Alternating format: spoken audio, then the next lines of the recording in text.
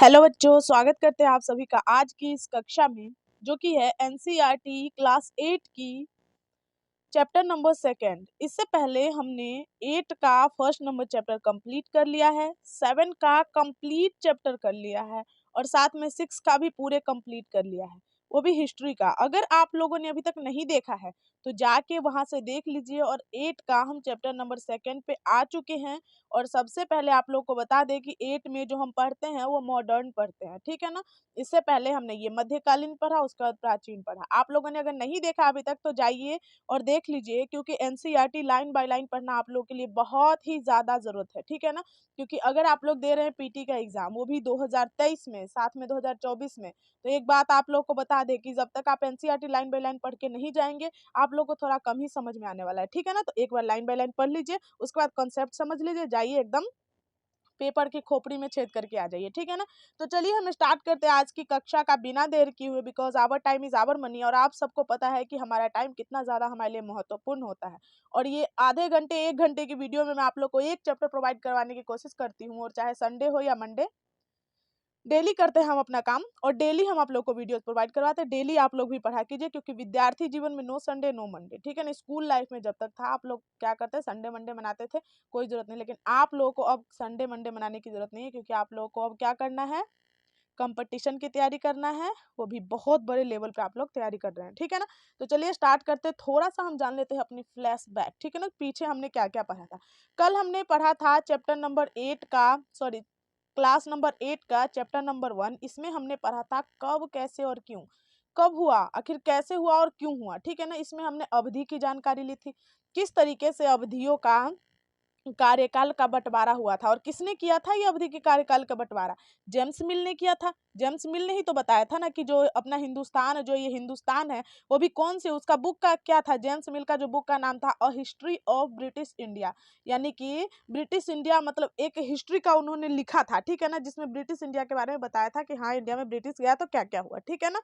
उस बुक में उसने ये बताया कि जो हिंदुस्तान है, हिंदुस्तान टोटल 3 भागों में विभाजित थी, ठीक है ना। इनका शासनकाल जो है वो 3 भागों में विभाजित था। कौन कौन से, हिंदू, मुस्लिम और ब्रिटिश, ठीक है ना। यानी कि पहले का शासन उन्होंने हिंदू कहा, उसके बाद का मुस्लिम कहा, और उसके बाद अपनी शासन को उन्हें क्या कहा, क्या कहा, ब्रिटिश कहा। और ये भी कहा कि जो ये हिंदू और मुस्लिम लोग का जो शासन था, ये लोग क्या थे, असभ्य थे, सभ्य नहीं थे। क्या थे ये लोग, असभ्य थे, ये लोग सभ्य नहीं थे। मगर ये यूरोप वाले क्या है कि हाँ ये सभ्य है, और ये इन लोगों को भी क्या करेंगे, सभ्य बनाएंगे, ठीक है ना। जो इनका मनोभावना था, ठीक है ना। और दूसरी बात और बता दें कि इनका मानना था कि ये काफी ज्यादा पीछे हैं, और इन पे शासन करने के लिए हमें सबसे पहले इनको अंग्रेजी शिक्षा देनी होगी, ठीक है ना। उन्हीं का 200 वर्ष का शिक्षा दिया हुआ आज हम लोग अंग्रेजी अंग्रेजी अंग्रेजी करते हैं, ठीक है ना। उन्होंने ही ये शिक्षाएं स्टार्ट की थी कि पहले हम लोग इंग्लिश की शिक्षा इन लोगों को पढ़ाएंगे। उसके बाद दूसरी बात, इनकी जो एजुकेशन पे, उनकी राजनीतिक पे, उनके सब चीज पे जब तक हम अपना सत्ता नहीं हथिया लेते, हम क्या कर सकते हैं, इंडिया पे शासन करने के लायक नहीं बन सकते। जेम्स मिल का कहना था ये, ठीक है ना। तो इस तरीके से उन्होंने अपना शासन आगे बढ़ाया। दूसरी बात कर ले कि अर्काइव की बात कल हमने की थी। जो अर्काइव क्या था, एक प्रकार के तहसील दफ्तर थे, ठीक है ना, जिसमें मतलब क्या होता था, उसमें जो रिकॉर्ड होती थी उस रिकॉर्ड को रखने का काम करता था, ठीक है ना। आर्काइव आप लोग नहीं भूलिएगा कभी, क्योंकि अगर आप लोग भूल गए तो फिर क्या फायदा पढ़ने का, ठीक है ना। तो भूलना नहीं है, ठीक है ना। आगे का पढ़ना है तो पीछे का क्या करना है, याद भी करते जाना है, ठीक है ना। एक बार रिवीजन जरूर ही कर लेना है। उसके बाद हमने ये भी पढ़ा था सुलेखन वीस किसे कहते हैं, जो एक जगह से दूसरे जगह पर क्या करता है, नोट करता है, एक चित्र को दूसरे जगह पर एकदम एकदम जो लिखा है ना वहाँ वही छाप देना, ठीक है ना, वो भी सुंदर तरीके से। वही सुलेखन भी इसका कहलाता था। और इसकी जो विकास हुई थी कब हुई थी, 19वीं सदी से हुई थी। ये भी मैंने बताया था कि 19वीं सदी के शुरुआत वालों ने लिखना शुरू कर दिया था। उसके बाद इन दफ्तरों का सावधानी पूर्वक वो लोग नकल किया करते थे। और साथ में ये भी कहा था हमने कल आप लोगों को कि आज का मतलब कल का चैप्टर काफी छोटा चैप्टर था, क्योंकि इंट्रोडक्शन था बस, ठीक है ना। लेकिन आज की चैप्टर है वो काफी ज्यादा महत्वपूर्ण है। आज के चैप्टर में ही हम लोग क्या पढ़ने वाले हैं, मुख्य रूप से अगर देखा जाए तो मुख्य रूप से 1757 की जो क्रांति थी, ठीक है ना, जो कि अंग्रेज की पहली क्रांति मानी जाती है, अंग्रेज की पहली युद्ध मानी जाती है, ठीक है ना। 1757 की क्रांति, ठीक है ना, ये पहली अंग्रेज की युद्ध थी। किसके किसके बीच हुई थी ये भी हम पढ़ेंगे। उसके बाद 1764 में जो बक्सर का युद्ध हुआ था वो किसके किसके बीच हुआ था, ये भी हमें आज ही पढ़ना है, ठीक है। किस प्रकार सहायक संधि क्या होता था, मतलब किस तरीके से सहायक संधि थोपी जाती थी, ये भी हमें आज ही पढ़ना है। मराठों के बीच जो लड़ाई हुआ था, कितने लड़ाई हुआ था मराठों के बीच, क्या था, आंग्ल में सूर्य युद्ध। टीपू सुल्तान कौन थे, उनके पिता कौन था, किस तरीके से उनके बीच लड़ाई हुई, उसके बाद अंग्रेजों की जो विलय नीति थी वो विलय नीति क्या था, इन सब के बारे में आज हमें पढ़ना है। ठीक है, तो आज की क्लास क्या होने वाली है, काफी ज्यादा हेल्पफुल होने वाली है आप लोगों के लिए और काफी ज्यादा इंपॉर्टेंट होने वाली है। तो एक एक मिनट भी आप लोग मत गवाइएगा, एकदम ध्यान से देखिएगा पूरा क्लास, क्योंकि ये क्लास आप लोगों को बहुत ही ज्यादा फायदा पहुंचाएगा। और साथ में अन्य प्रकार के जो प्रशासकीय सुधार थे, किस तरीके से प्रशासकीय उन्होंने सुधार किया, इसको भी हमें पढ़ना है। चलिए थोड़ा सा हम लोग क्या कर लेते हैं, पहले नोट्स बना लेते हैं, उसके बाद पढ़ते हैं। ठीक है ना, थोड़ा सा नोट्स बनाने के शुरू कर लेते हैं, क्योंकि नोट्स बनाना हमारे लिए बहुत ज्यादा क्या है, जरूरत है। ठीक है ना, तो सबसे पहले जो चैप्टर का जो सेकेंड चैप्टर का जो नाम है बच्चों, नाम देख लीजिए आप लोग, क्योंकि नाम आप लोग के लिए कहता है कि व्यापार से साम्राज्य तक कंपनी की सत्ता स्थापित, यानी कि किस तरीके से वो शुरुआत कहाँ से की है, व्यापार से की है। मतलब उनका कहना था कि हम व्यापार करने आए हैं, ठीक है ना, और किस तरीके से व्यापार से साम्राज्य तक, किस तरीके से वो व्यापार से अपना साम्राज्य यहाँ पे बनाना शुरू कर दिए। ठीक है ना, और वो अपना सत्ता भी बना लिए थे, किस तरीके से, आखिर कैसे हुआ। तो आप लोग को हम 1757 बताए, 1757 के बाद ही इसका मतभेद शुरू हो जाएगा, इसका कहानी शुरू हो जाएगा। 1757 आते आते इनका मतलब समझा जाए ना, तो मुख्य रूप से कार्याधिकार स्टार्ट हो जाएगी। ठीक है ना, तो पहले थोड़ा नोट्स बना लेते, ठीक है ना। कह रहा है व्यापार से युद्ध तक कैसे आखिर पहुंचा वो लोग, व्यापार से युद्ध तक कैसे पहुंचा, थोड़ा सा देख लेते हैं। तो जो व्यापार से युद्ध तक थी ना बच्चों, ये दो प्रकार की युद्ध हुई थी, मुख्य रूप से दो प्रकार की हुई थी। एक था युद्ध 1757 का युद्ध, और दूसरा था युद्ध बक्सर का, जो कि 1764 का युद्ध था। ठीक है ना, दूसरा युद्ध था 1764 का, जो कि किसका था, बक्सर का युद्ध था। ठीक है ना, तो 1757 वाला जो युद्ध हुआ था, वो 1757 वाला युद्ध हुआ था सिराज के बीच में और साथ में अंग्रेज के बीच में। ठीक है ना, सिराज और इंग्लिशमैन के बीच में युद्ध हुआ था। अब कारण क्या था, जो ये अंग्रेज लोग है ना, वो राजनीतिक हस्तक्षेप करना शुरू कर दिए थे यहाँ पे आके, कि चलो आप व्यापार तो आप कर ही रहे हो, लेकिन राजनीतिक हस्तक्षेप करना जरूरी है क्या। सिराज का कहना था कि अंग्रेज लोग राजनीतिक हस्तक्षेप क्यों कर रहे हैं। ठीक है ना, वो नहीं मानते थे, वो कहते थे कि नहीं, राजनीतिक हस्तक्षेप हमारे ऊपर मत करो, लेकिन ये मानने को तैयार नहीं था, कहता था हम करेंगे तो करेंगे। ठीक है ना, उसके बाद क्या हुआ, राजस्व अदा करने से मना कर दिया। अब कोई भी इंसान आएगा टैक्स तो देगा ही ना अगर व्यापार करेगा तो ये कहते थे कि हम राजस्व नहीं देंगे, हम सीधा व्यापार करेंगे। ठीक है ना, इसलिए भी सिराज के अंदर मन भड़की। ठीक है, उसके बाद क्या हुआ, सिराज ने सीधा भाषा में और एक बात सबसे मुख्य कारण पता है क्या हुई थी, इन्होंने एक स्थान बनाया था जहां से वो जाके व्यापार करते थे और वहां पे आके सामान रखते थे, उसको उसने किलेबंदी करवा दिया, मतलब घिरवा दिया कि अगल बगल का कोई भी अंदर नहीं झांक सके और अगल बगल का कोई भी इंसान अंदर नहीं आ सके। जब उसने घिरवा दिया ना, तब इसका गुस्सा एकदम भड़क गया, कहा कि नहीं अब बहुत हो गया, अब इतना ज्यादा हम नहीं सहन कर सकते। इसने क्या किया, खटाक से इस पे धावा बोल दिया। और जो ही इसने धावा बोल दिया, तो इसने बस एक ही गलती की, किसी पे विश्वास करके। जो इसका सेना नायक था उसका नाम था मीर जाफर। क्या नाम था बच्चों, मीर जाफर। जो हम बोलते जा रहे हैं ना, उसको लिखते जाइएगा आप लोग। ठीक है ना, उसका नाम था क्या, मीर जाफर। बस इससे यही गलती हुई कि इस पे धावा बोल के इसको लूट पीट के, और क्या किया, लूट करने के बाद अपने स्थान में जाके उसमें मतलब इसमें ताला वाला लगा दिया, ताला लगा दिया। ठीक है ना, और ताला लगाने के बाद क्या किया कि चाबी इसको दे दिया मीर जाफर को। बस गलती यही हुई सिराज की, जिसके कारण ये 1857 में बदला। ठीक है ना, तो मीर जाफर को क्या किया, इसने चाबी दे दिया। और जब चाबी मीर जाफर को दे दिया, तो अंग्रेज क्या हुए, अब जो भी वहां से बैठे हुए थे सत्ता के मतलब कहीं और थे, ठीक है ना, वो यहाँ पे आए, तो उनको बताया गया कि यहाँ पे ऐसे ताला मार दिया गया है, मतलब की, और की किसके हाथ में दे दिया है, मीर जाफर के हाथ में। मीर जाफर इतना बड़ा मतलब बेवफा निकला कि उसने क्या किया, जो सिराज ने उसको चाबी दी थी, जो सिराज ने उसको चाबी दी थी, उसने क्या किया, आया और अंग्रेज के हाथ में थमा दिया, चाबी दे दिया कि चलो यहीं पे शासन, यहीं पे ताला लगाया था, आप ले लो, चाबी ही ले लो। ठीक है ना, और जब चाबी लगा दिया, तो मीर जाफर किसका, अंग्रेज का कठपुतली बन गया। कठपुतली मतलब जानते हो ना, जो कहना उसी के हिसाब से नाचना, मतलब अपने हिसाब से उसको काम करवाना। ठीक है ना, वो क्या बना, इसका कठपुतली बन गया। कठपुतली बन गया, तो अब क्या हुआ कि इसने, अंग्रेज मैन ने क्या किया, सिराज को मतलब सोचा कि चलो अब इसका कोई जरूरत ही नहीं है, सिराज को हरा दिया, मतलब खत्म कर दिया, हरा दिया उनको। ठीक है ना, और उसके बाद मीर जाफर को गद्दी दे दी कि चलो अब आप शासन करो। ठीक है ना, और जब मीर जाफर को इसने दे दी, अंग्रेज मैन ने, मतलब इंग्लिश ने, इंग्लिश हम लिखने का मतलब एक ही कि ईस्ट इंडिया कंपनी ने, ठीक है ना, मतलब अंग्रेज ने, ठीक है ना। इसने दे दिया जब इसको, तो फिर अगर मान लो कि ये सत्ता पे बैठेगा तो ये अकेला थोड़ी ना व्यक्ति जो सत्ता पे बैठा हुआ है। इसके जो पीछे मतलब जो जनता है, जो सिराज की जनता था, वो भी तो इसके हो गए, ठीक है। लेकिन अब वो तो करेंगे ही हस्तक्षेप कि हमारा जो वो शासक था ऐसे चलता था और आप ऐसे क्यों चला रहे हो, ठीक है ना, मतलब इस तरीके से क्यों कर रहे हो। तो मीर जाफर को क्या हुआ कि थोड़ा सा घमंड आ गया और थोड़ा सा ये क्या किया, मतलब अंग्रेजों को थोड़ा सा मतलब घमंड दिखाने लगा कि नहीं, हम ये नहीं करेंगे जो आप कहोगे, ठीक है ना। तो अब क्या हुआ, अंग्रेज को गुस्सा आया। अंग्रेज ने क्या किया कि चलो, अब इसने बोला कि एक काम करो, तुम ना खत्म करो, तुम्हें जरूरत ही नहीं है, तुम प्रॉब्लम खड़ा कर रहे हो, हम बिठाएंगे मीर कासिम को, ठीक है ना। उसने क्या किया, मीर कासिम को बिठा दिया। मतलब सोचो कितना तेला बेला हो रहा है यहाँ पे, ठीक। उसने क्या किया, अंग्रेज मैन ने, इंग्लिश ने, ठीक है ना, मीर कासिम को बिठा दिया। जब भी मीर कासिम को बिठा दिया तो मीर कासिम तो उससे भी ज्यादा बड़ा ढीठ था, ठीक है ना। उसने कहा नहीं, हमें करना ही नहीं है तुम्हारी बात। तब अंग्रेजों को आया गुस्सा और उसने छेड़ दी बक्सर की युद्ध, ठीक है ना। कहानी आप लोग को समझ में आ रही है ना। उसने क्या कर दी, बक्सर की युद्ध छेड़ दिया। और बक्सर की युद्ध 1764 में हुआ था, ठीक है ना, ये बात ध्यान रख लीजिएगा।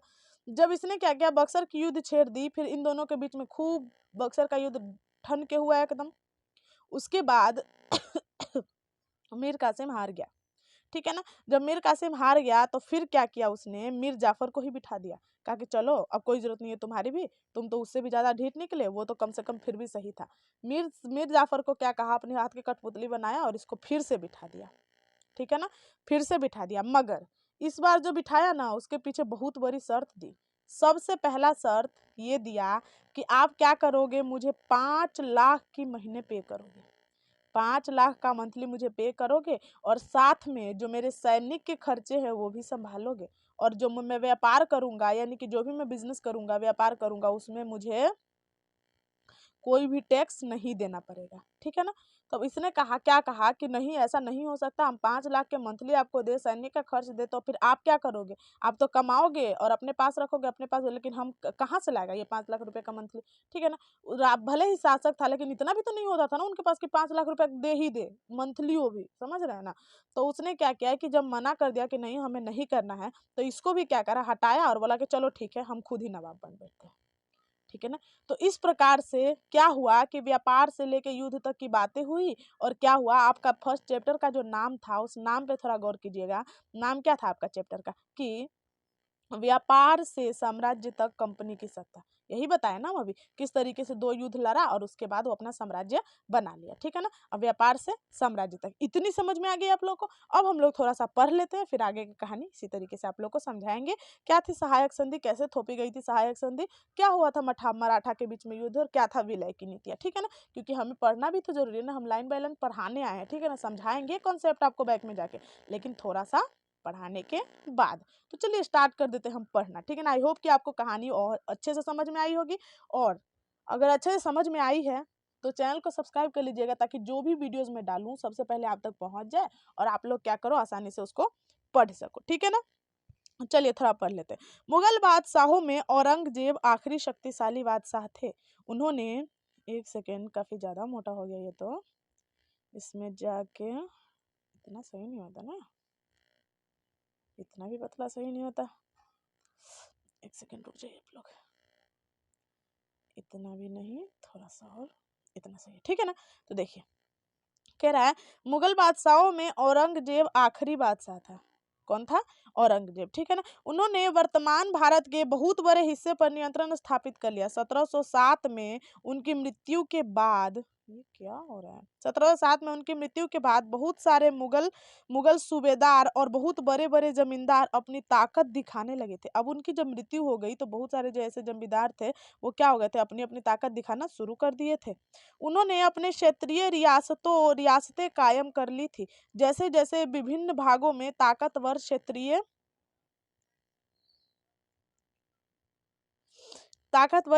रियासतों पर आम सामने आने लगी, दिल्ली के अधिक दिनों तक प्रभावी केंद्र के रूप में नहीं रह सकी। अब कैसे हुआ, बहुत सारे शासक लोग, बच्चों एक सेकंड वेट कीजिएगा, यहाँ पे मुझे थोड़ी सी प्रॉब्लम हो रही है ना।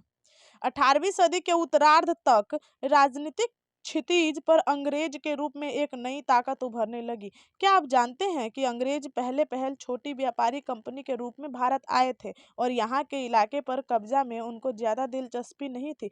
तो फिर ऐसा ऐसा कैसे हुआ कि एक दिन वे विशाल साम्राज्य तक स्वामी मतलब विशाल साम्राज्य का स्वामी तक बन बैठे? आखिर क्या हुआ था?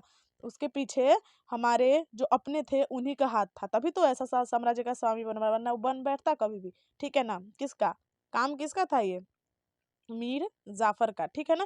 कैप्टन हसन द्वारा बहादुर शाह जफर उनके बेटों की गिरफ्तारी। औरंगजेब के बाद कोई मुगल बादशाह इतना ताकतवर तो नहीं हुआ, लेकिन एक प्रतीक के रूप में मुगल बादशाहों का महत्व तो बना हुआ था। जब 1857 में ब्रिटिश शासन के विरुद्ध भारी विद्रोह हुआ, तो अब एक बात बताए, जो 1757 में विरोध हुआ था, ठीक है ना, 1757 के बाद इसके 100 साल जस्ट बाद 1857 बहुत भारी विद्रोह हुआ था ब्रिटिश काल के खिलाफ। ठीक है ना? वो भी बताएंगे आप लोगों को, लेकिन अगले चैप्टर में। ठीक है ना? अगले चैप्टर में 5वां चैप्टर में ऐसा है। ठीक है ना? उसको भी अच्छे से समझाएंगे। ठीक है ना? विद्रोहियों ने मुगल बादशाह बहादुर शाह जफर को ही अपना नेता मान लिया। जब विद्रोह कुचल दिया गया, तो कंपनी ने बहादुर शाह जफर को देश छोड़ देने के लिए मजबूर कर दिया और बेटों को जाफर के सामने ही मार डाला। मतलब उनके बेटों को क्या कर दिया? मार दिया। और इस तरीके से वो पूर्व ईस्ट इंडिया कंपनी का आना। सन 1600 में ईस्ट इंडिया कंपनी ने इंग्लैंड के महारानी एलिजाबेथ प्रथम से, यहाँ से नोट्स बना लीजिएगा। ठीक है ना? कब? 1600 ईस्वी में। किससे? एलिजाबेथ। कंपनी के महारानी कौन थी? एलिजाबेथ से। ठीक है ना? मांगा और क्या की? आ गई। ठीक है ना? अर्थात चार्टर अर्थात इजातनामा हासिल कर लिया, यानी कि कहा कि हमें जाना है। ठीक है ना? जिससे कंपनी को पूरब से व्यापार करने का एकाधिकार मतलब क्या हुआ कि मतलब पूर्वी भाग से सिर्फ मैं ही करूंगा, आज सिर्फ मैं ही व्यापार करूंगा और कोई नहीं कर सकता। ठीक है ना? एकाधिकार वही होता है, एकाधिकार। ठीक है ना? एक अधिकार यानी कि सिर्फ मेरा अधिकार है और किसी का अधिकार नहीं हो सकता। ठीक है ना? यही बोला। इंग्लैंड की कोई और व्यापारी कंपनी इस इलाके में ईस्ट इंडिया कंपनी से होड़ नहीं कर सकती थी। होड़ मतलब क्या होता है? बराबरी। ठीक है ना? इस चार्टर के सहारे कंपनी समुद्र पार जाकर नए इलाके, ये अफ्रीका था। ठीक है ना? देख लीजिएगा इस मैप को, थोड़ा सा सोनी और अच्छे से, और थोड़ा सा ये बहुत छोटा हो गया, थोड़ा बड़ा कर लेते हैं, आगे देखेंगे। ठीक है ना? चलिए, कह रहा है खंगाली थी, वहां की सस्ती कीमतों पर चीजें खरीद कर। अब देखिए क्या कर रहा है ये, मुख्य रूप से वहां यहाँ से सस्ती चीजें खरीदता था और वहां पे जाके महंगी में बिक जाती थी वो। ठीक है ना? ऊंट की कीमत पर बेच सकती थी। कंपनी को दूसरी अंग्रेजी व्यापारी कंपनियों से प्रतिस्पर्धा का कोई भय भी नहीं था। उस जमाने में वाणिज्यिक कंपनियां मोटे तौर पर प्रतिस्पर्धा से बचकर ही मुनाफा कमा सकती थी। अगर कोई प्रतिस्पर्धा न हो तो वे सस्ती चीजें खरीद कर उन्हें ज्यादा कीमत पर बेच ही सकती है। अब मान लीजिए कि मैं एक व्यापारी कंपनी हूँ, ठीक है ना, और मुझे पता है कि सिर्फ जो बेचूंगी मैं ही बेचूंगी, कोई और कंपनी यहाँ आके बेच ही नहीं सकती कोई सामान। तो मैं क्या करूंगी? मान लो कि हम 10 रुपए का सामान खरीदेंगे, उसको हम 50 रुपए में बेच देंगे। जब हमें पता है कि मेरे अलावा कोई और बेचने आ ही नहीं सकता है, तो हम कुछ भी करें। यही कहानी थी। ठीक है ना? लेकिन यह शाही दस्तावेज दूसरी दूसरी यूरोपीय ताकतों के बाजार में आने से नहीं रोक सकता था। जब इंग्लैंड में जहाज अफ्रीका के पश्चिमी तट पर छूते हुए केप ऑफ गुड होप के चक्कर लगाकर हिंद महासागर पर करते, तब पुर्तगाली ने भारत के पश्चिमी तट पर अपनी उपस्थिति दर्ज कर दी। वे गोवा में अपना ठिकाना बन चुके थे। पुर्तगाली के खोज यात्री वास्को डी गामा ने 1498 में पहली बार भारत पहुंचा था। कब? 1498 में। कौन? Vasco D gamma. ठीक है ना? बता दिया था मैंने। भारत पर पहुंचा इस समुद्री मार्ग का पता लगाया था। 17वीं शताब्दी की शुरुआत में डच भी हिंद महासागर के व्यापारी संभावनाएं तलाशने लगे थे। कुछ ही समय बाद फ्रांसीसी व्यापारी भी सामने आ गए थे।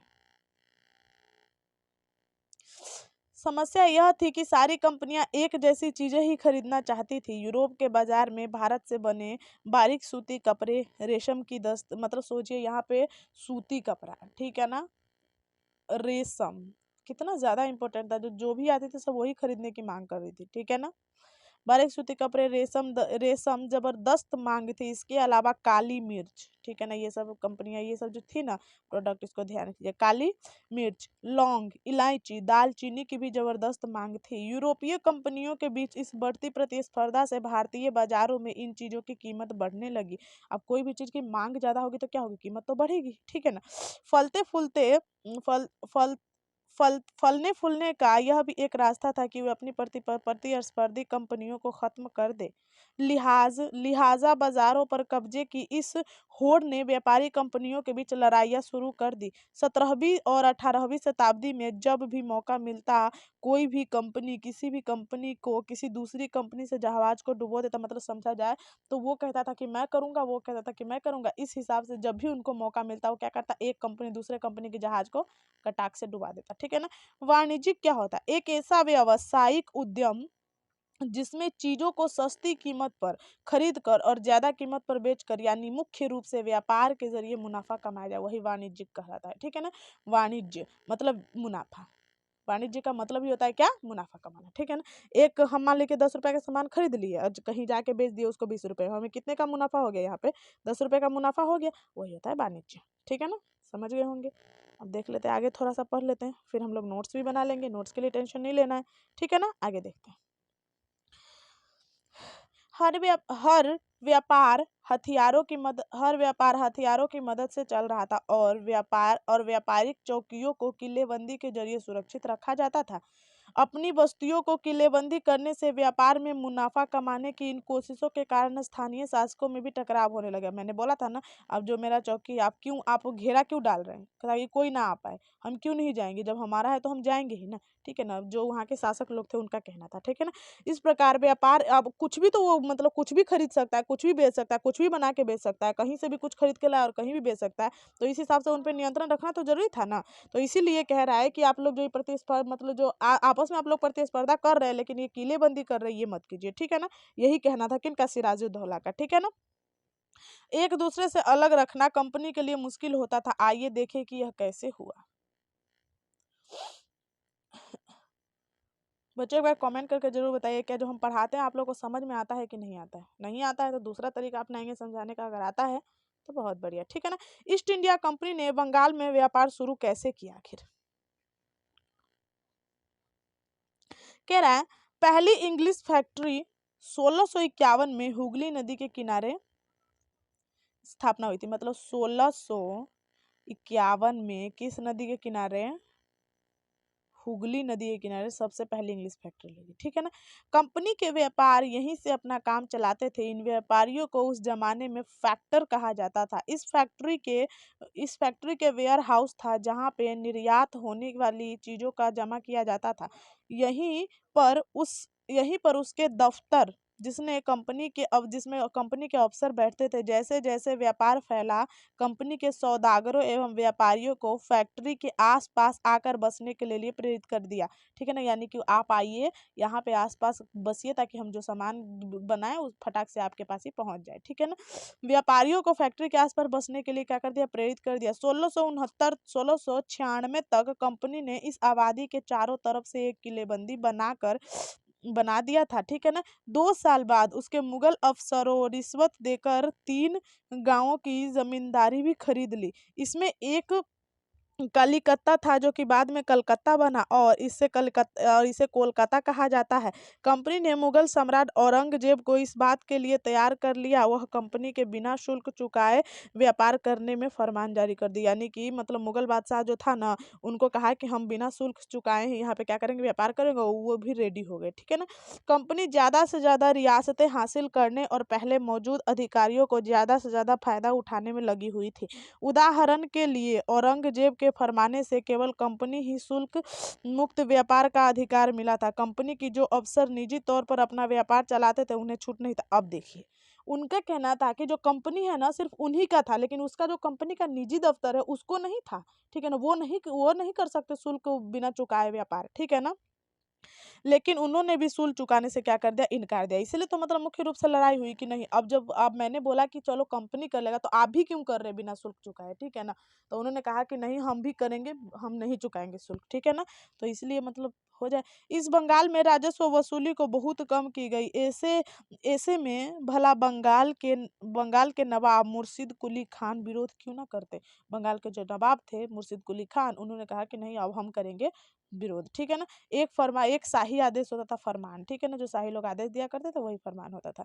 कठपुतली, यह एक खिलौना होता है। मैंने बोला था कठपुतली क्या होता है। मान लीजिए कि कठपुतली जैसे कि मैं ये हूँ, ठीक है ना, कोई एक ऐसा आदमी जो कि मेरी कठपुतली है, ठीक है ना। अब मैं इसको कहूंगी कि तुम जाओ इसको मार दो, सीधा जाकर मारेगा, मेरे से पूछेगा भी नहीं क्यों, ठीक है ना। मैं इसको कहूंगी तुम बैठो तो बैठेगा, मैं कहूंगी उठो तो उठेगा, जो मैं कहूंगी वही करेगा, वही होता था कठपुतली, ठीक है ना। आप लोग जान ही गए होंगे कठपुतली, आजकल लैंग्वेज में भी आ जाता है, किसी मूवी में कहता है उसके हाथ की कठपुतली है, ये घूमता रहता है हमेशा उसके पीछे, ठीक है ना। तो इस हिसाब से कठपुतली का मतलब समझ गए। आगे देखते हैं, व्यापार से युद्ध तक क्या हुआ। आखिर व्यापार से युद्ध तक कैसे, व्यापार से वो युद्ध तक पहुंच गया। अभी हम आप लोग कॉन्सेप्ट समझे हैं, कैसे हम समझाएंगे कि क्या कैसे हुआ। पलासी के युद्ध तक वो लोग पहुंच गए। थोड़ा सा पढ़ के भी जान लेते हैं, ठीक है ना। कह रहा है 18वीं सदी की शुरुआत में कंपनी ने बंगाल के नवाबों के टकराव काफी बढ़ गया था। औरंगजेब की मृत्यु के बाद बंगाल के नवाब अपनी ताकत दिखाने लगे थे। उस समय दूसरी क्षेत्रीय ताकतों की स्थिति भी ऐसी थी। मुर्शिद कुली खान के बाद अली वर्दी खान और उसके बाद सिराजू धौला बंगाल का नवाब बने। ये सभी शक्तिशाली शासक थे। उन्होंने कंपनी को रियासत देने से मना कर दिया, ठीक है ना। व्यापार का अधिकार देने के बदले कंपनी से नाराज नजराने मांगे। उसे सिक्के ढालने का अधिकार नहीं दिया और उसकी किलेबंदी को बढ़ाने से रोक दिया। कंपनी पर धोखाधड़ी का आरोप लगाते हुए उन्होंने उन्होंने दलील दी कि उसकी वजह से बंगाल सरकार का राजस्व वसूली कम हो रहा है और नवाबों की ताकत कमजोर पड़ रही है। कंपनी टैक्स चुकाने को तैयार नहीं था। उसके अफसरों ने अपमानजनक चिट्ठियां लिखी और नवाब व उनके अधिकारियों को अपमानित करने का प्रयास किया। इसीलिए तो हुआ। आगे देखते हैं किस तरीके से आगे बात बढ़ी।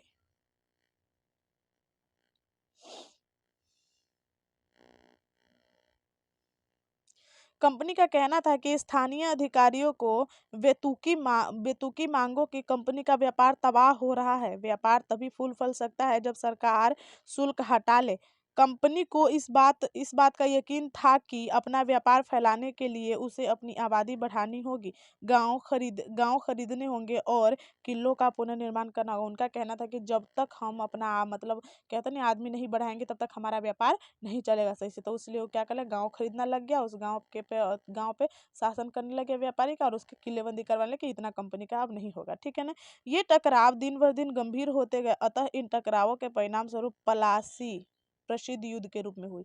पलासी का युद्ध क्या हुआ। 1756 में अली वर्दी खान की मृत्यु के बाद सिराजुद्दौला बंगाल के नवाब बने। कंपनी को सिराजुद्दौला की ताकत का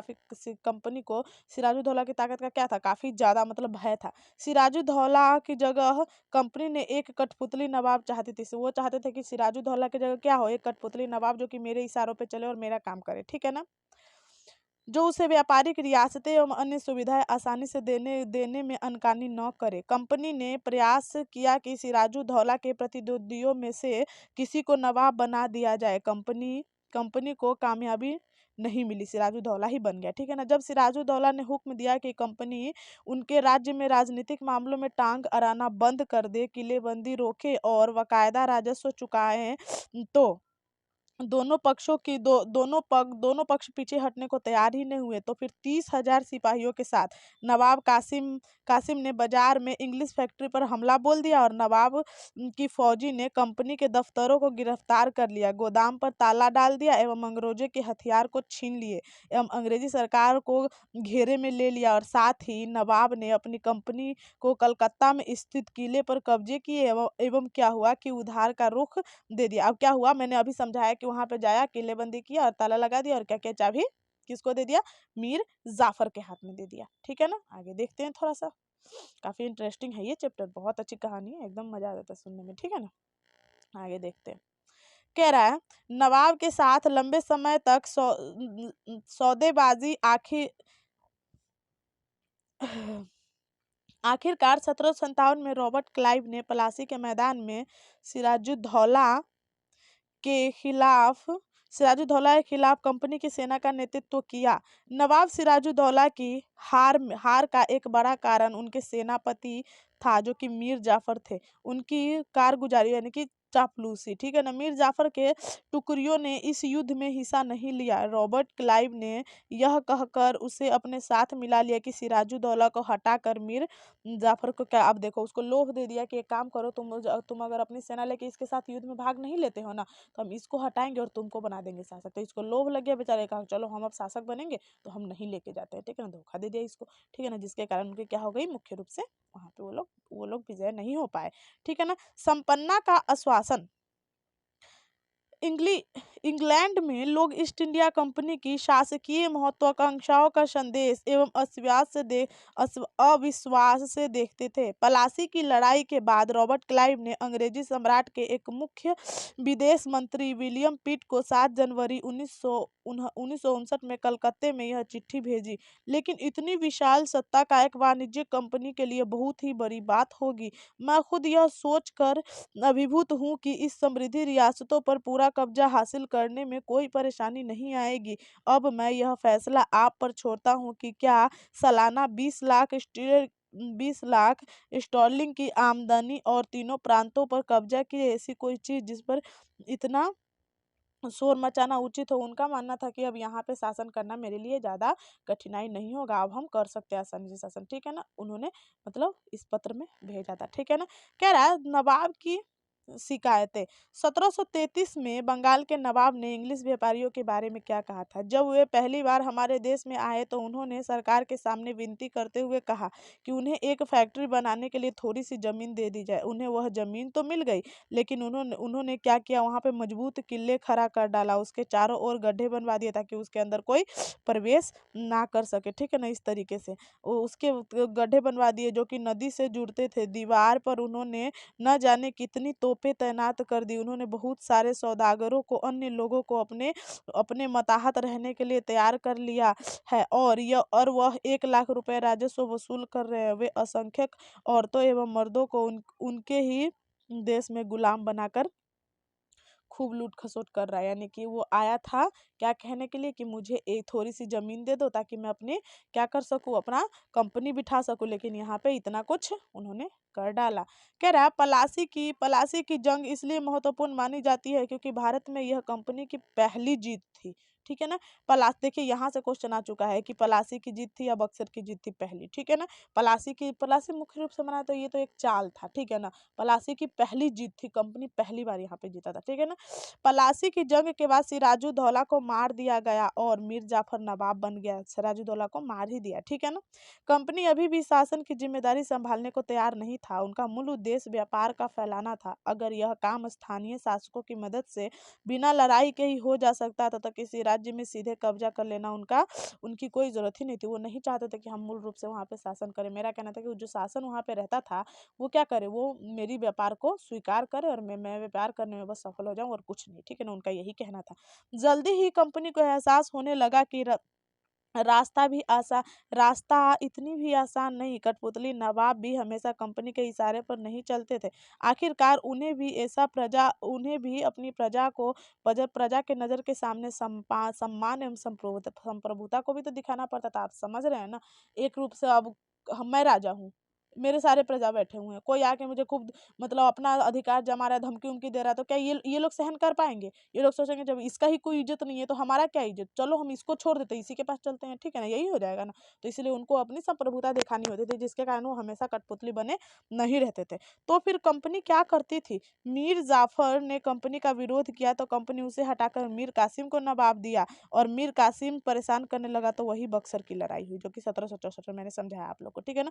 उसको भी हारना पड़ा, ये बंगाल से बाहर कर दिया गया और मीर जाफर को दोबारा नवाब बना दिया गया। और वही यही कहा कि एक काम करो, तुम्हें और कुछ नहीं करना है, मुख्य रूप से मुझे क्या करना है, तुम्हें 5 लाख का मंथली देना है, ठीक है ना। और मेरे जितने भी सैनिक है उसका खर्चा देना है और साथ में जो भी मैं क्या करूँ, व्यापार करूँ, उस पर कोई शुल्क नहीं लेना है, ठीक है ना। जब यही बात उसने नहीं माना तो कहा भाग, अब तेरी भी कोई जरूरत नहीं है, ठीक है ना। तू भी बहुत नौटंकी दिखा लिया, अब हम जो करेंगे अपने खुद करेंगे, हट यहाँ से।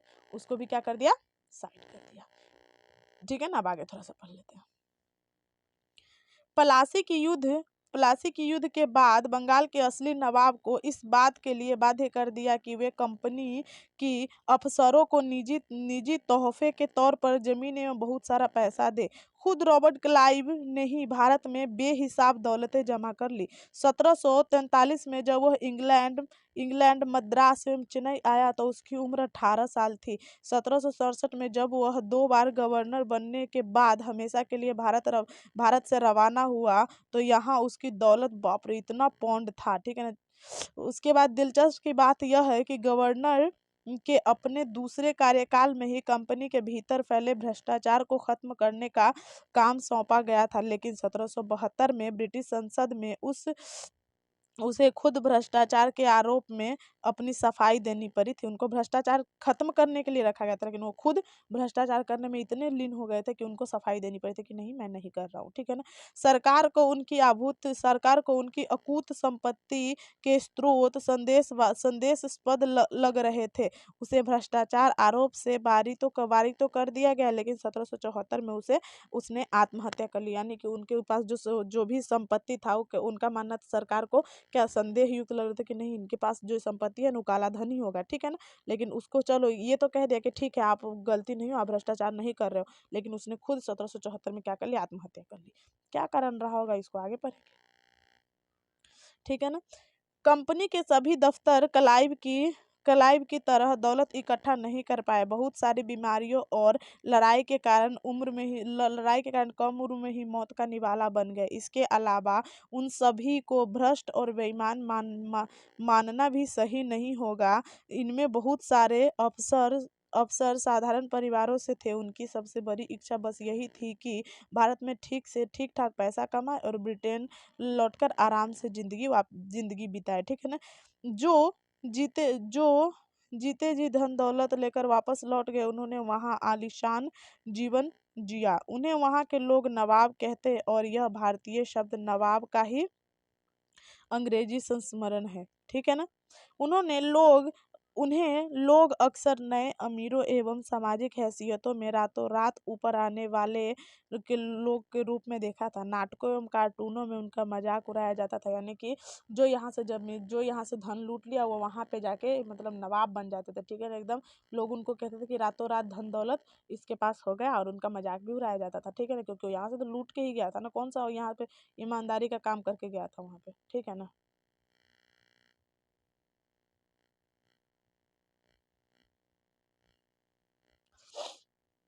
कंपनी का फैलता शासन।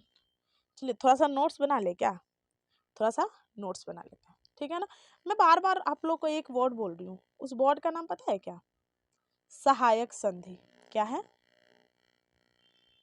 सहायक संधि। यही वर्ड मैं बार बार बोल रही हूँ ना कि सहायक संधि सहायक संधि क्या होता था। सहायक संधि एक प्रकार से मुख्य रूप से समझा जाए तो एक दिन और मैंने बता रखा था सहायक संधि कि चलो हम एक काम करो, चलो पहले समझाए। हाँ देखो, जैसे कि मान लो कि ये मेरा सत्ता है, ठीक है ना। यहाँ पे अंग्रेज लोग आया, युद्ध कर लिया और वो जीत लिया। अब इसको कहा कि तुम अपनी सेना नहीं रखोगे, ठीक है ना, तुम अपना सेना नहीं रखोगे, सेना हम रखेंगे तुम्हारे ऊपर, ठीक है ना। और इसका खर्चा तुम चलाओगे, इसका खर्चा क्या करोगे, तुम चलाओगे, और मेरे आज्ञा के बिना तुम इस सेना का यूज किसी देश को जीतने के लिए या फिर किसी भी राज्य को जीतने के लिए नहीं कर सकते हो। जब तक मेरा आज्ञा नहीं होगा तब तक नहीं कर सकते, और इस सेना का हम भी यूज कर सकते हैं और हम तुम्हारे लिए भी यूज कर सकते हैं, ठीक है ना। यही होता था सहायक संधि, मुख्य रूप से उनकी सहायता करना, लेकिन चीजें उसकी ही है, खर्च वही दे रहा है, लेकिन यहाँ पे नाम हो गया क्या, सहायक, ठीक है ना। आगे देखिए तो सहायक संधि में जो मिलाया ना उसने अवध को, जो अवध थे अवध को मिला लिया, पता है कौन से ईयर में, 1801 में। 1801 में अवध के ऊपर सहायक संधि थोपी और मिला लिया। और मैसूर को उसने मिलाया 1799 में, सहायक संधि कर मिला लिया मैसूर को 1799 में, और अवध को कब, 1801 में, ठीक है ना। ये पॉइंट छोटी छोटी याद रखिए क्योंकि हर एक छोटे छोटे एग्जाम में पूछा जाता है और साथ में पीटी में भी पूछ दिया जा सकता है, ठीक है ना। उसने कहा था कि कंपनी जो सेना रखेगी वही आप लोग को समझा ही दिए हम, ठीक है ना। सुरक्षा कंपनी देगी मगर सेना का खर्च किस पे होगा, आपका, ठीक है ना, जो रखेगा, ठीक है ना। क्या हुआ था बच्चों कि 1756 में हमने एक पॉइंट पढ़ा था क्या कि 1700 जब 56 आई तो किसकी मृत्यु हो गई थी, अली वर्दी खान की, उन्हीं को ना हम अली वर्दी खान ABKH लिखते हैं, ठीक है ना। अली वर्दी खान की क्या हो गई थी, मृत्यु हो गई थी, उसके बाद ही तो सिराजुद्दौला नवाब बना था, ठीक है ना। और पलासी के युद्ध जब हुआ था तो उसमें कंपनी की पहली विजय थी। इसको लिख ही लीजिएगा, कहीं ना कहीं लिख लिया कि पलासी की पहली विजय थी। कि कौन, किसका, अंग्रेज का, ठीक है ना। अंग्रेज का पहला विजय था पलासी का युद्ध, ठीक है ना। उसके बाद क्या हुआ था कि मराठा से लड़ाई हुई थी। क्या हुआ था आखिर मराठा से लड़ाई, मराठा की लड़ाई का पहले हम आप लोग को समझा दे कि पहले बना दे, मतलब पहले पढ़ा दे कि पहले समझा दे, पहले पढ़ा ही देते हैं, ठीक है ना। पहले हम क्या करते हैं, पढ़ा देते हैं। मराठा युद्ध, टीपू सुल्तान, शेर ए मैसूर। चलिए पहले हम टीपू सुल्तान के बारे में पढ़ लेते हैं, शेर ए मैसूर पढ़ लेते हैं, ठीक है ना। टीपू सुल्तान के बारे, टीपू सुल्तान के बारे में पढ़ाने से पहले हम थोड़ा सा टीपू सुल्तान पे नोट्स बना लेते हैं, ठीक है ना। टीपू सुल्तान, TS लिख रही हूँ, ठीक है ना। इनके जो पिता का नाम था ना बच्चों, वो था हैदर अली। हैदर अली इनके पिता का नाम था, जिनका शासन था 1761 से लेके और 1782 तक इनका शासन चला। और टीपू सुल्तान को पता है क्या कहा जाता है, टीपू सुल्तान को कहा जाता था शेर ए मैसूर। क्या, शेर ए मैसूर, ठीक है, यानी कि मैसूर का शेर टीपू सुल्तान को कहा था। ये टीपू सुल्तान का उपनाम था, ठीक है ना, ध्यान दे लीजिएगा इसको। अब शेर ए मैसूर क्या हुआ था, आंग्ल मैसूर युद्ध हुआ था टीपू सुल्तान और किसके बीच, अंग्रेज के बीच, ठीक है ना। टीपू सुल्तान और अंग्रेज के बीच आंग्ल मैसूर युद्ध हुआ था, और क्यों हुआ था थोड़ा सा उसको देख लेते हैं। आखिर युद्ध का कारण क्या था, क्या बिगाड़ रहा था टीपू सुल्तान उसका जो आके ये युद्ध करना शुरू कर दिया। देखिए टीपू सुल्तान का कहना था कि जो मालाबार तट है, ठीक है ना, मालाबार तट है, उस पर अंग्रेज की कोई हक नहीं है, अंग्रेज वहां नहीं आएगा, अंग्रेज की वहां पे एंट्री नहीं है, ठीक है ना। लेकिन अंग्रेज का कहना था कि हम जाएंगे ही जाएंगे ही जाएंगे, ठीक है ना। इस प्रकार वहां पे क्या हुआ था कि मिर्च की, मसाला की, इलायची की निर्यात को टीपू सुल्तान ने बंद कर दिया था, ठीक है ना। इस प्रकार से जो सबसे बड़ी कारण पता है क्या हुआ, जो टीपू सुल्तान थे ना, उनकी फ्रांसीसी से दोस्ती होने लगी थी। क्या हुआ था कि फ्रांसीसी से जब दोस्ती होने लगी थी तो अंग्रेज लोग डर गए कि अरे ये तो फ्रांसीसी से दोस्ती कर रहा है, कहीं ऐसा ना हो कि टीपू सुल्तान और फ्रांसीसी मिल के हमें ही यहाँ से खलासा कर दे, ठीक है ना। तो उसको क्या करने लगा, डर लग गया, और ऊपर से क्या किया, मतलब टीपू सुल्तान का कहना था कि मालाबार तट पर तुम आओगे ही नहीं, ठीक है ना। अंग्रेजों को धमकी दे दिया। अंग्रेज तो और भौकाल हो गया कि एक तो फ्रांसीसी से दोस्ती कर रहा है ससुरा, और ऊपर से कह रहा है कि तुम आओगे ही नहीं यहाँ मालाबार तट पे, ठीक है ना। तो उसने क्या किया कि आया, कूदता हुआ फुदकता हुआ, और क्या किया, युद्ध छेड़ दिया। कहा कि नहीं हम युद्ध करेंगे, मरेंगे कटेंगे जाएंगे कुछ भी हो, ठीक है ना, हम युद्ध करेंगे, ठीक है ना। तो इस हिसाब से टीपू सुल्तान के साथ जो अंग्रेज मैन का, मतलब इंग्लिश अंग्रेज क्या बोल रही हूँ मैं, अंग्रेजों का, ठीक है ना, अंग्रेजों का क्या हुआ था, युद्ध हुआ था। वो कितने हुए थे टोटल बच्चों, 4 हुआ था, ठीक है ना। 4 युद्ध टोटल हुआ था उसका। एक युद्ध जो सबसे पहला हुआ था वो हुआ था 1767 से लेके 1769 के बीच में, ठीक है ना। सेकेंड जो युद्ध हुआ था वो हुआ था 1780 से लेके 1784 के बीच में। और थर्ड जो हुआ था बच्चों ध्यान रख लीजिएगा, ये सब ऐसे ही पूछ लेता है, ठीक है ना, सेकेंड थर्ड कब हुआ था, ठीक है ना। ये 1789 से लेके मतलब कुछ कुछ दिनों पे, ठीक है ना, चलता ही रहा, ठीक है ना। और उसके बाद जो चौथा युद्ध हुआ था वो 1799 में हुआ था। 1799 में जब युद्ध हुआ तो क्या हुआ, ये टीपू सुल्तान हार गए बेचारे, ठीक है ना। वो क्या कहे, हार गए। उनके ऊपर क्या कर दिया गया, सहायक संधि थोप दिया गया, और जो उनकी श्रीरंगपत्तनम थी ना, श्रीरंगपत्तनम एवं वेडियार वंश को उनका शासन दे दिया गया। कहा कि चलो अब कुछ जरूरत ही नहीं है तुम्हारी, तुम भी बहुत ज्यादा नखरे कर ली, हम तुम्हारा नखरा नहीं झेल सकते, ठीक है ना। तो उसने क्या कहा, नखरा झेलने से मना कर दिया, और क्या किया, अपना उसके ऊपर सहायक संधि थोप दिया। और श्रीरंगपत्तनम के जो बेडियार वंश थे उनको कहा कि अब तुम शासन संभालो, और मैं जो कर रहा हूँ मुझे करने दो, ठीक है ना। तो इस हिसाब से एक बात समझा जाए तो मुख्य रूप से देखिए, पहले समझाना, फिर पढ़ाना, उसका नोट्स बनवाना मेरा काम है, और पढ़ना, नोट्स बनाना एवं दोबारा उस चैप्टर को रीडिंग करना ये आपका काम है, ठीक है ना। तो हम दोनों अगर अपना अपना काम अच्छे से करेंगे ना तो जरूर सक्सेस मिलेगा, ठीक है। बात करते हैं हम थोड़ी सी नोट्स की। तो आंग्ल मैसूर युद्ध, ठीक है ना, यहाँ से है आंग्ल मैसूर, ये क्वेश्चन पूछ चुका है कि आंग्ल मैसूर युद्ध कितने बार हुआ था, 4 बार हुआ था। 14 लिख रहे, देख रहे हो आप कितना ज्यादा, मतलब बादाम खाना बंद कर दिए हम, ठीक है ना। क्या हुआ था, आंग्ल मैसूर युद्ध 4 बार हुआ था टोटल। उसके बाद हम बात करें आंग्ल मराठा युद्ध, आंग्ल मराठा युद्ध ये कितने बार हुआ था, टोटल 3 बार हुआ था, ठीक है ना। बादाम उदाम खाते रहिएगा, दिमाग वाग तेज रहे, ठीक है ना, यूपीएससी का जर्नी है समझ रहे आप लोग, ठीक है ना। और योगा वोगा करते रहिएगा ताकि दिमाग शांत भी रहे और तेज भी रहे, ठीक है ना। तो इस प्रकार से हम बता दें कि यहाँ पे क्या किया इसने कि यहाँ पे भी अपना सहायक संधि थोप डाला, ठीक है ना। इतना तो समझ गए आप लोग। तो चलिए टीपू सुल्तान के बारे में पढ़ ले। क्या टीपू सुल्तान काफी ज्यादा इंटरेस्टिंग चीज है, वो पता है। वैसे ही मानने वाला नहीं था, उसको तो बस पता नहीं कैसे हरा दिया इसने, ठीक है। पता है मतलब उनका जो मतलब चित्र बनाया गया है ना, वो एकदम शेर की तरह बनाया हुआ। अभी दिखाएंगे थोड़ा सा आगे चित्र, आप लोग देख लीजिएगा आराम से। कह रहा है टीपू सुल्तान शेर ए मैसूर, जब कंपनी को अपनी राजनीतिक एवं आर्थिक हितों पर खतरा दिखाई दिया तो कंपनी ने प्रत्यक्ष सैनिक टकराव का रास्ता भी अपनाया। दक्षिण भारत में के राज्य मैसूर को उदाहरण देकर समझाते हैं। देखिए हैदर अली जिनका शासनकाल क्या था 1761 से लेकर 1782। हैदर अली कौन थे? टीपू सुल्तान के पिता। और उनके विख्यात पुत्र टीपू सुल्तान जिनका शासन था 1982 से लेकर 1999। जैसे शक्तिशाली शासकों के नेतृत्व में मैसूर काफी ताकतवर हो चुका था। मालाबार तट पर होने वाला मैसूर रियासतों के नियंत्रण में था। जब जहां वे कंपनी को काली मिर्च एवं इलायची खरीदती थी। 1885 में टीपू सुल्तान ने अपने रियासतों को बड़े पैमाने और बंदरगाहों पर चंदन की लकड़ी, काली मिर्च, इलायची का निर्यात पर क्या कर दिया, उसने रोक लगा दिया। और फ्रांसीसी से क्या करने लगे, दोस्ती करने लगे। अब अंग्रेज क्या कहते हैं, फैक्ट्री को, कंपनी को क्या हुआ, आया गुस्सा, उसने क्या किया, छेड़ दिया युद्ध, ठीक है ना। टीपू सुल्तान के बेटे के बंधन के रूप में कर्नवालिस के सामने किया जा रहा था, मतलब वो चित्र था, ठीक है ना। हम चित्र को हटा दिए हैं, ठीक है ना।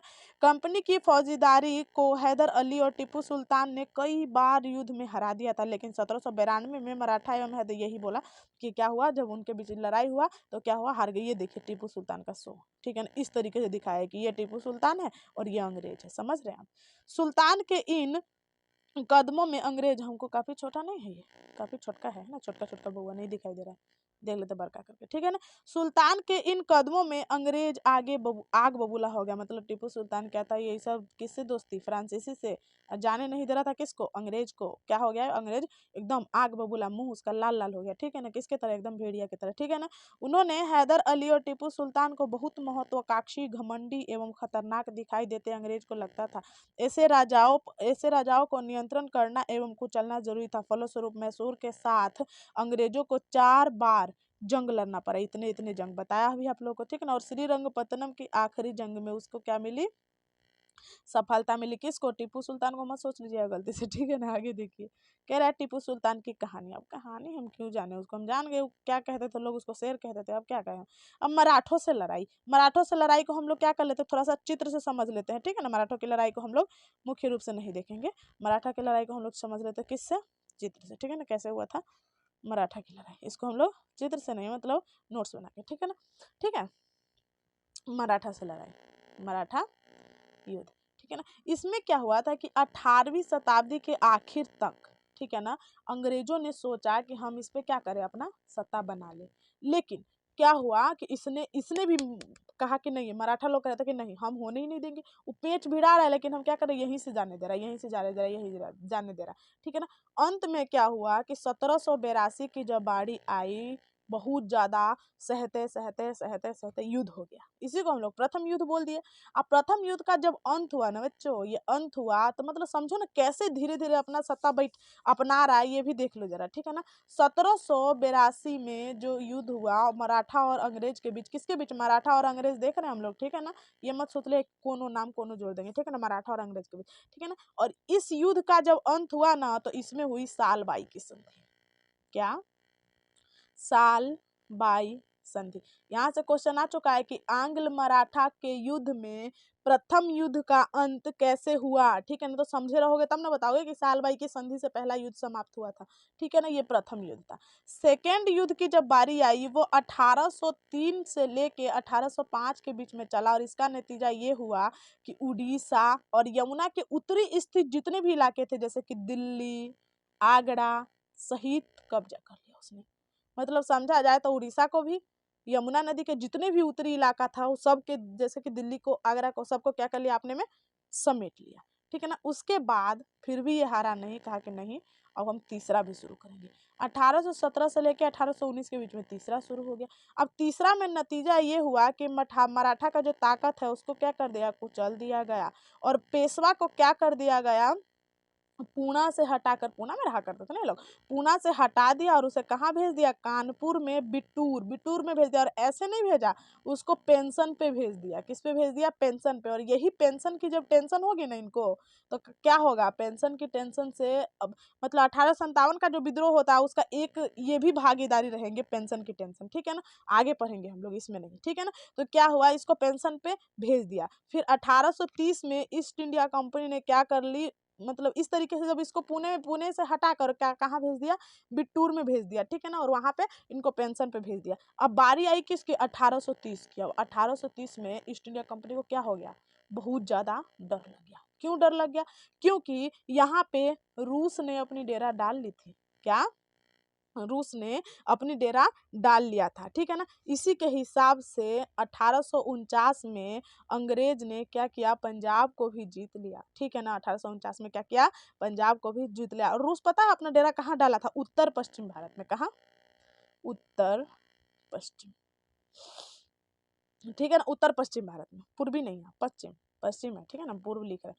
मेरा दिमाग बोल रहा है ना, थोड़ा थोड़ा बादाम से नहीं खा रहे ना, इसलिए कमजोर हो गया, ठीक है ना। उत्तर पश्चिम भाग में क्या कर लिया, एकदम अपना शासन बनाना शुरू कर दिया। 1849 में वही अंग्रेजों ने क्या किया, फिर से पंजाब को अपने चपेट में ले लिया, ठीक है ना। अब थोड़ा सा हम बात कर लेते हैं किसकी, देखिए हम मराठा का युद्ध नहीं पढ़े, ठीक है ना, क्योंकि मराठा है इजी, ठीक है ना। अब देखिए थोड़ा सा मैप देख लेते हैं, मराठा का जो आप लोग को समझ में आ गया तो पढ़ना तो आप लोग पढ़ लीजिएगा, ठीक है ना। अब देख लेते हैं हम थोड़ा सा इसको। अब देखिए अपना क्या, ये अपना इंडिया का पहले नक्शा था। अब थोड़ा सा बड़का बड़का करके देख लेते हैं, छोटका छोटका इतना नहीं ना दिखाई देता है, ठीक है ना। 1797 में भारत की क्या स्थिति थी, 1797 में भारत का ये शेप था, ठीक है ना। उसके बाद बारी आई 1840 की। 1840 में मतलब जहां जहां क्या क्या था, अंग्रेजी सत्ता ने अपना अपना अपना अधिकार जमा लिया था, ब्रिटिश सत्ता ने, वहां वहां देखो येलो कर दिया गया है, ठीक है ना, येलो। यहाँ पे हल्का सा, ठीक है ना। इस टाइप से 1757 तक उनका सत्ता चला। उसके बाद बारी आई 1840 की, जिसमें 1757 की क्रांति समाप्त हो चुकी थी, ठीक है ना। और 1857 की भी क्रांति समाप्त हो चुकी थी। 1840 है ये, नहीं 1857 की नहीं हुई थी, 1857 की भी बाकी था, ठीक है ना। उसमें इसने क्या किया कि यहाँ से सत्ता फैलाते हुए यहाँ पे भी हल्का, और यहाँ यहाँ हर जगह उसने क्या कर लिया, अपना सत्ता फैला लिया।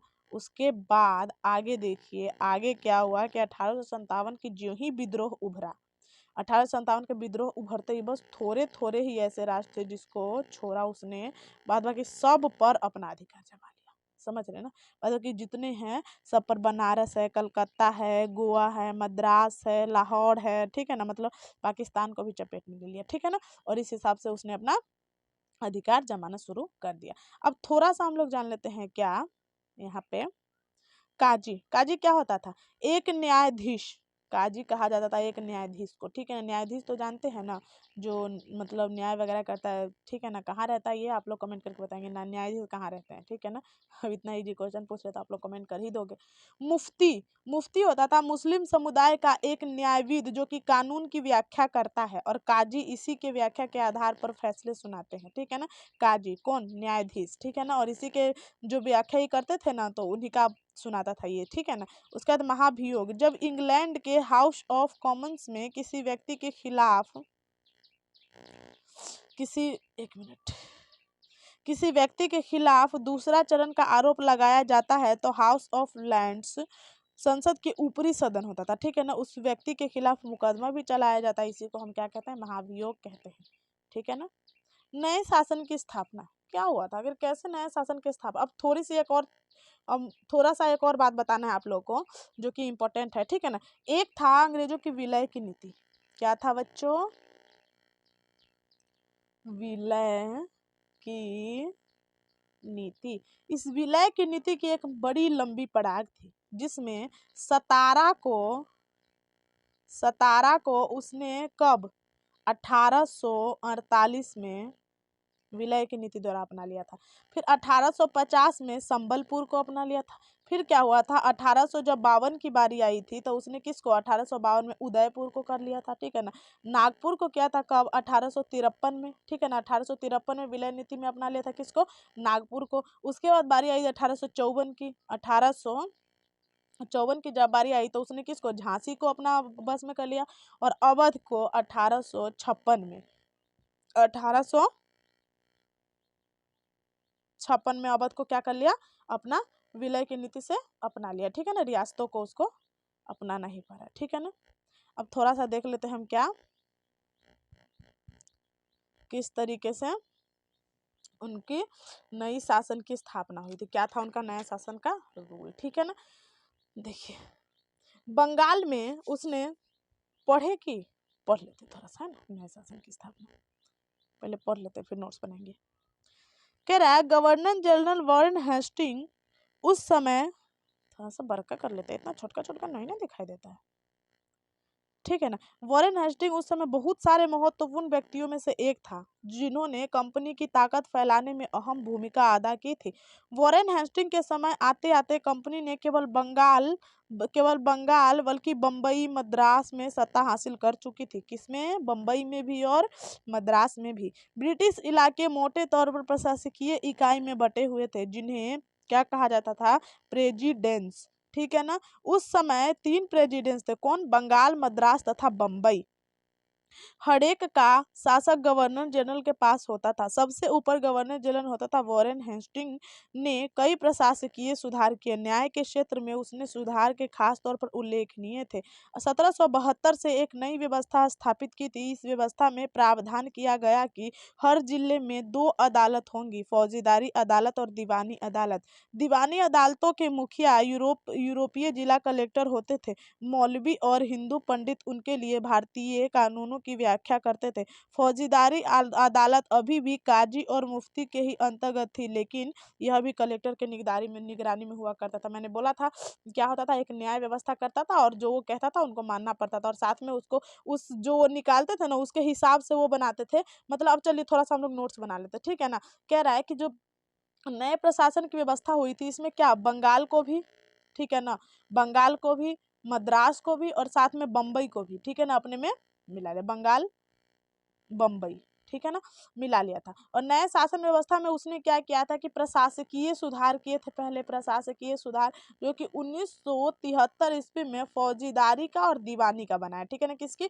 फौजीदारी का और दीवानी का। फौजीदारी किसको दे दिया? राजा को दे दिया, ठीक है ना, फौजीदारी राजा को दे दिया और दीवानी मामला किसको दे दिया? अंग्रेज को दे दिया। कहा कि अब एक काम करो, फौजीदारी राजा के पास रहेगा और दीवानी किसके पास रहेगा। और एक काम और क्या कि जो फौजीदारी थे ना वो काजी मुक्ति वहां पे बैठा था। फौजीदारी पे कौन था? काजी मुक्ति बैठा था। लेकिन इसके साथ इस पे निगरानी करने के लिए कौन बैठा था? कलेक्टर बैठता था, जो जिला का कलेक्टर होता था, ठीक है ना।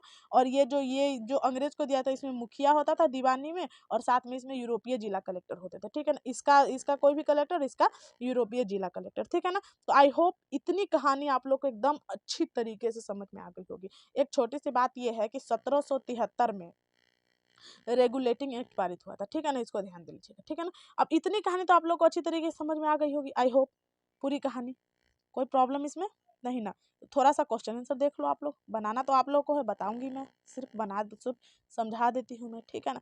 निम्नलिखित को जोड़े बनाइए। दीवानी, शेर ए मैसूर। शेर ए मैसूर किसके लिए कहा था? टीपू सुल्तान।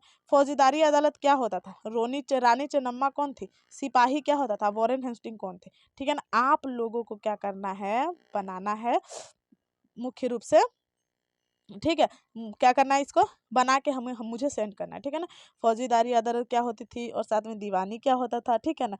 और कैतूर के विद्रोह आंदोलन का किसने नेतृत्व किया था? रानी चेन्नम्मा ने किया था, ठीक है ना। चलिए और थोड़ा एक दो हम भी बता देते हैं, ठीक है ना। फौजीदारी भू राजस्व करने का अधिकार। सिपोय क्या होता था? सिपाही, सिपोय चलिए ठीक है, आगे आप लोग बनाइएगा, ठीक है ना। आई होप कि आपको अच्छी तरीके से समझ में आई होगी, और समझ में आई है तो एक काम कीजिएगा, इस क्वेश्चन को थोड़ा सा देख लीजिए, ठीक है ना। क्वेश्चन वगैरह क्या कह रहा है?